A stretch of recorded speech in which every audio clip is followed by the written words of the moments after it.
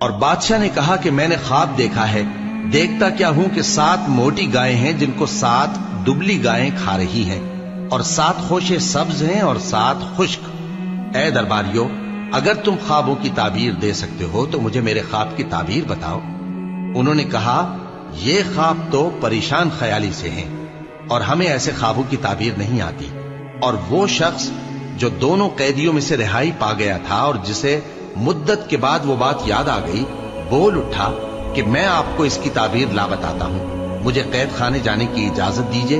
غرض وہ یوسف کے پاس آیا اور کہنے لگا، یوسف، اے بڑے سچے یوسف، ہمیں اس خواب کی تعبیر بتائیے کہ 7 موٹی گایوں کو 7 دبلی گائیں کھا رہی ہیں، اور 7 خوشے سبز ہیں اور 7 سوکھے، تاکہ میں لوگوں کے پاس واپس جا کر تعبیر بتاؤں۔ عجب نہیں کہ وہ تمہاری قدر جانے۔ انہوں نے کہا کہ تم لوگ 7 سال متواتر کھیتی کرتے رہو گے، تو جو غلہ کاٹو تو تھوڑے سے غلے کے سوا جو کھانے میں آئے باقی کو خوشوں میں ہی رہنے دینا۔ پھر اس کے بعد خشک سالی کے 7 سخت سال آئیں گے کہ جو غلہ تم نے جمع کر رکھا ہوگا وہ سب کو کھا جائیں گے، صرف وہی تھوڑا سا رہ جائے گا جو تم احتیاط سے رکھ چھوڑو گے۔ پھر اس کے بعد ایک ایسا سال آئے گا کہ خوب مے برسے گا اور لوگ اس میں رس نچوڑیں گے۔ اور یہ تعبیر سن کر بادشاہ نے حکم دیا کہ یوسف کو میرے پاس لے آؤ۔ سو جب قاصد ان کے پاس گیا تو انہوں نے کہا کہ اپنے آقا کے پاس واپس جاؤ اور اس سے پوچھو کہ ان عورتوں کا کیا حال ہے جنہوں نے اپنے ہاتھ کاٹ لیے تھے، بے شک میرا پروردگار ان کے فریب سے خوب واقف ہے۔ بادشاہ نے عورتوں سے پوچھا کہ تمہارا کیا قصہ تھا جب تم نے یوسف کو اپنی طرف مائل کرنا چاہا؟ سب بول اٹھیں کہ اللہ پاک ہے، ہم نے اس میں کوئی برائی معلوم نہیں کی۔ عزیز کی بیوی نے کہا، اب سچی بات تو ظاہر ہو ہی گئی ہے، اصل یہ ہے کہ میں نے اس کو اپنی طرف مائل کرنا چاہا تھا اور وہ بے شک سچا ہے۔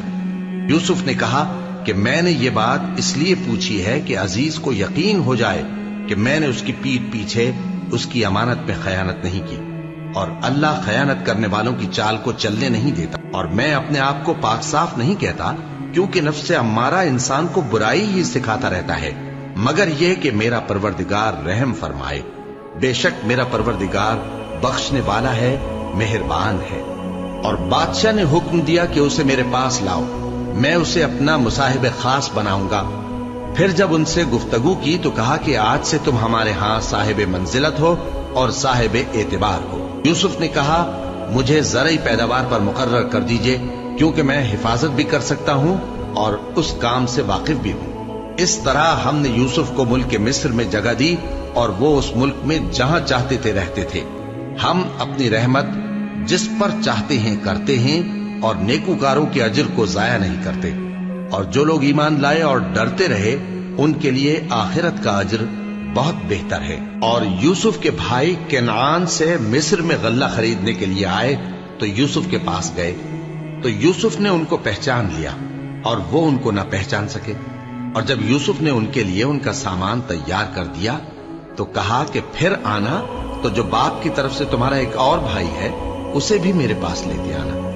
کیا تم نہیں دیکھتے کہ میں ناپ بھی پوری پوری دیتا ہوں اور مہمانداری بھی خوب کرتا ہوں؟ اب اگر تم اسے میرے پاس نہ لاؤ گے تو نہ تمہیں میرے ہاں سے غلہ ملے گا اور نہ تم میرے پاس ہی آ سکو گے۔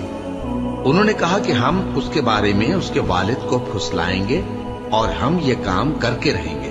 اور یوسف نے اپنے خدام سے کہا کہ ان کا سرمایہ یعنی غلے کی قیمت ان کے سامان میں رکھ دو۔ عجب نہیں کہ جب یہ اپنے اہل و عیال میں جائیں تو اسے پہچان لیں، اور عجب نہیں کہ یہ پھر یہاں آئے۔